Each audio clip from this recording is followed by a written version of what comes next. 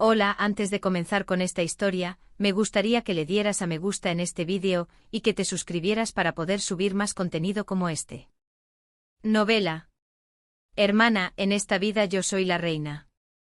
Episodio 451, rechazas a una mujer. León 3 temblaba de pies a cabeza. Llamó a alguien desde el pasillo antes de entrar por completo en los aposentos del rey. Traigan al señor del Pianosa. El rey estuvo a punto de ordenar que trajeran también al duque César de Villa Sorotone, pero se detuvo. César era solo una pieza de ajedrez.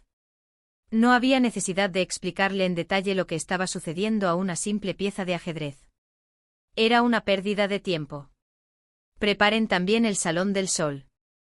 Más importante era el esplendor y la formalidad del día de la ceremonia. Abrir el gran salón, decorarlo adecuadamente.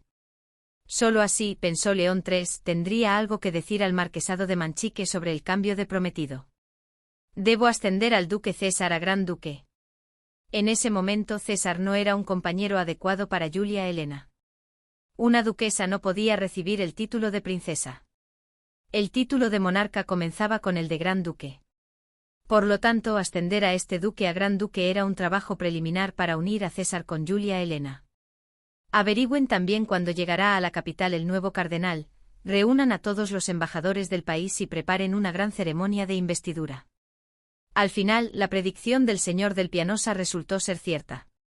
León 3 propuso a César como esposo para quedarse con la dote de la princesa. El señor del Pianosa era, en verdad, alguien que conocía muy bien a León 3. Sin embargo, si el matrimonio de un hijo legítimo había fracasado, no había garantía de que el matrimonio de un hijo ilegítimo fuera tan fácil. Todos los hijos de León 3 se parecían a él y eran muy tercos. San Carlo era rápido con los rumores. Más aún si se trataba de la realeza. Corre el rumor de que el duque César será ascendido a gran duque. ¿Qué, de repente? Esto es un secreto de Estado, pero se dice que su majestad el rey ha ordenado que se prepare el Salón del Sol, para que más se abriría el Salón del Sol. No, también está la investidura de la princesa y la investidura del príncipe heredero. Si ni siquiera invisten a la condesa de Mare que trajeron ahora como princesa, ¿cómo van a investir al príncipe Alfonso como príncipe heredero? En todas las fiestas de té de la capital, las historias de la realeza ardían como leña seca. ¿Verdad? Escuché que después de esa declaración de matrimonio, su majestad y su alteza tuvieron una gran pelea. Es para pelear. Es un matrimonio desigual, ¿qué van a hacer con la sucesión? El príncipe tampoco tenía muchas opciones. Debería haber pedido permiso lentamente, pero simplemente se lo presentó a su padre. Probablemente porque pensó que no le darían permiso. ¿No es romántico, un amor que desafía a los padres? Las opiniones eran variadas. Sin embargo, los nobles de la capital tendían a tener una postura más conservadora. Si fuera el asunto de otra persona, sería romántico, pero es la sucesión de nuestro reino. ¿Qué pasa si hay una guerra en la generación de nuestros hijos? ¿Qué bando debo tomar? Pronto se verá claramente la línea, ¿verdad? ¡Ay! Dejémoslo en manos de nuestros maridos. Condesa Morosini, si el conde decide algo, ¿debe informarnos? Por supuesto, marquesa Colonna. Bueno, entonces, apostamos a que sucederá de las tres cosas en el Salón del Sol ese día: la investidura de la princesa, la investidura del príncipe heredero o la concesión del título de gran duque. Este rumor llegó hasta la princesa Julia Helena. Para ser exactos, la duquesa Rubina lo dejó caer en sus oídos. La misma noche en que el señor del Pianosa le dijo a la duquesa Rubina que algo bueno podría sucederle al duque César, la vizcondesa Panamere, subordinada de la princesa Julia Helena, buscó apresuradamente a la princesa con la noticia. ¿Van a conceder el título de gran duque a César? Sí, princesa, ¿no es esto un intento de ajustarse a la cláusula de princesa en el contrato? Parece que el matrimonio con el príncipe Alfonso ha fracasado. Eso ya lo sabía. La princesa Julia Helena brilló sus ojos con claridad. Recordó el baile de ese día. Si realmente le hubiera gustado el príncipe Alfonso, su orgullo se habría herido un poco, pero el príncipe era un objeto de negocios y era la primera vez que lo veía, por lo que pudo verlo objetivamente. La condesa Ariadne de Mare, la mujer del príncipe que conoció en el baile del Palacio Carlo, era una belleza alta y seductora. La mirada del príncipe hacia ella destilaba miel. La princesa Julia Helena, con la imprudencia de la juventud, estaba segura de que entendía bien las leyes del mundo. Cuanto más cuerdo fuera el príncipe y cuanto más poder tuviera, más imposible sería separarlo de la condesa de Mare y unirlo a ella. Que una orden real separara a una pareja así era una tontería. ¿León III cree que el marquesado de Manchique es un tonto? Si su hijo ya tenía una mujer, no debería haber propuesto el matrimonio en primer lugar. Julia Helena no expresó sus pensamientos en voz alta. En cambio, la princesa miró de reojo a Irene, la vizcondesa Panamere, que estaba frente a ella. Si en ese momento hubiera criticado las acciones de León III y la tía Irene hubiera saltado y presentado un informe negativo a su padre, ¿no se habría arruinado todo? La propuesta que se esperaba que León III hiciera viendo al marquesado de Manchique como un tonto en realidad le agradaba mucho. La princesa sonrió. Entonces, ¿el gran duque César será mi esposo? La vizcondesa Panamere frunció el ceño. A los ojos de la vizcondesa, una mujer de unos 30 años, el duque César no parecía de muy buena calidad. Aunque el reino etrusco aún no ha hecho una propuesta formal. Mejor aún. Julia Helena le ordenó a la vizcondesa Panamere. Como aún no hay nada confirmado, no lo informes a la patria. Sí. Princesa, pero... Si no hay nada decidido, y le escribo una carta a mi padre y luego me dice no es cierto, marqués, solo lo confundirá. Espera un poco. Julia Helena sabía que el marqués Sinadenos no se quedaría quieto si escuchaba que el prometido había cambiado. Temía que su padre, tan pronto como escuchara la noticia, cancelara el contrato y le ordenara regresar a casa. Antes de eso, tenía que lograr algún progreso. ¿Y el gran duque César? Intenta organizar un encuentro con él. Yo también necesito saber cómo es mi prometido, ¿no? La vizcondesa Panamere señaló con rigor. Princesa, lo importante es qué tipo de persona es, no cómo se ve. Ah, hagámoslo rápido, es lo mismo. La cara lo es todo. La cara es la personalidad. Después de insistirle a la vizcondesa Panamere para que organizara un encuentro con el duque César y luego despedirla, la princesa Julia Helena se hundió en la suave y grande cama del Palacio Carlo. TSK, ahora que estoy acostada, lo recuerdo. El apuesto hombre pelirrojo, alto y esbelto que había visto en el baile, flotaba ante sus ojos. Se frotó la cabeza bruscamente contra la funda de almohada de lino de 800 hilos de las montañas de la Tierra Santa para borrar sus pensamientos. ¿Por qué estoy así? Es extraño, realmente extraño. La vizcondesa Panamere del marquesado de Manchique, que se retiró al ver el rostro lleno de expectativas de la princesa, suspiró. No había nada de malo en lo que dijo la princesa. Solo se podía informar si había algo confirmado. Organizar un encuentro con el duque César tampoco parecía una mala idea.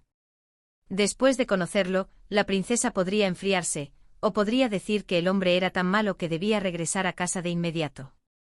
Definitivamente ayudaría a llegar a una conclusión rápida. Entonces el vasallo fue invadido por una ligera inquietud.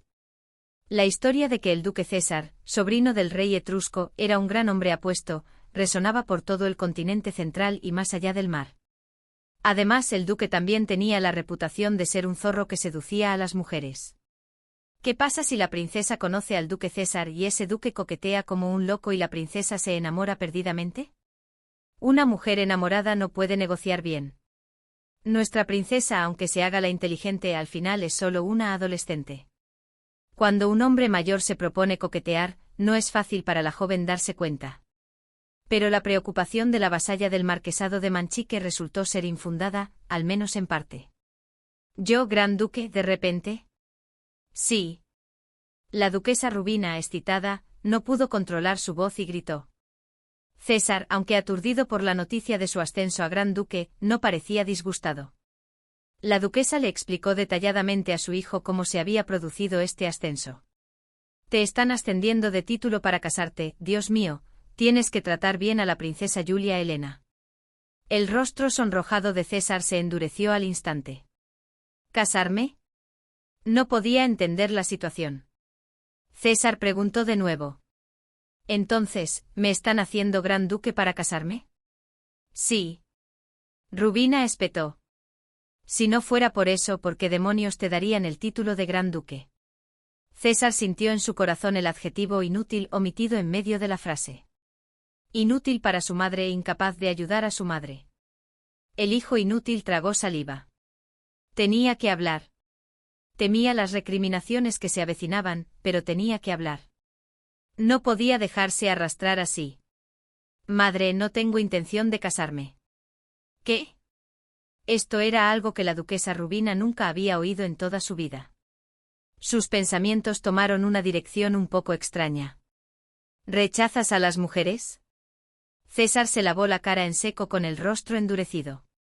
Bueno, si ella pensaba eso.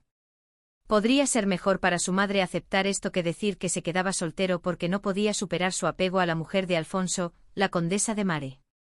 Decidió subirse al carro del malentendido de Rubina. Prefiero estar solo. César se cubrió los ojos con la mano y continuó hablando sin mirar a Rubina. Si mi ascenso a gran duque está relacionado con esto. Cállate y acéptalo. Rubina lanzó algo. Una tela ondeante cayó directamente sobre la cara de César. Era una túnica púrpura. No te casas porque estás harto de las mujeres, no digas tonterías. Era un traje hecho a medida especial que la duquesa Rubina había encargado a la sastrería Collezione y que se había confeccionado en una sola noche. Todas las costureras de Collezione se habían afanado toda la noche cosiendo. El corte realzaba la esbelta figura de César. ¿Crees que esta madre no sabe que corrías detrás de cualquiera que llevara falda, como ibas a estar harto de las mujeres, tú? La duquesa Rubina resopló. Si vas a hablar de afecto y amor, cállate antes de abrir la boca. Oh, mi querido hijo, ¿no deberías haber dejado esas ilusiones a los 12 años? Le espetó a su hijo más guapo de la capital, que estaba de pie con el rostro aturdido, envuelto en la suntuosa túnica. Esto es un negocio. Es una oportunidad de oro para aumentar tu influencia. La duquesa Rubina agarró la túnica que su hijo llevaba puesta y la sacudió, regañando a su hijo. Ponte eso y sal ahora mismo. ¿Qué son esas ojeras debajo de tus ojos? ¿No te cuidas la piel? He concertado una cita para tomar el té con la princesa Manchique hoy a la hora del almuerzo. César reaccionó a esto. ¿No significaba esto que tenía que salir y mover la cola? Madre. Lo conseguí con mucho esfuerzo, así que cállate y sal, antes de que diga algo grosero. Alfonso pudo rechazar las irrazonables demandas de León III. Esto se debía a que Alfonso tenía la base y el poder para hacerlo. Todo lo del duque César provenía de sus padres. Los ingresos del feudo de Pisano eran suyos, pero ¿cuánto de eso había logrado realmente por su propia habilidad? Podría desaparecer mañana mismo si el rey cambiara de opinión.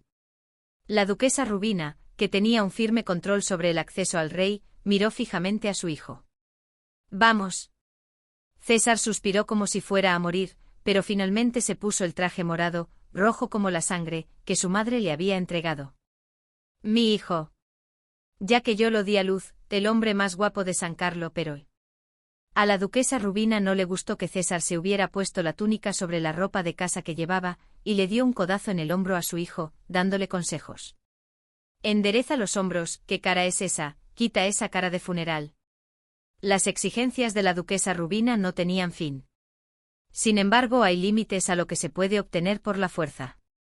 El duque César fue arrastrado al Palazzo Carlo como un buey al matadero por su madre, pero no pudo poner una sonrisa.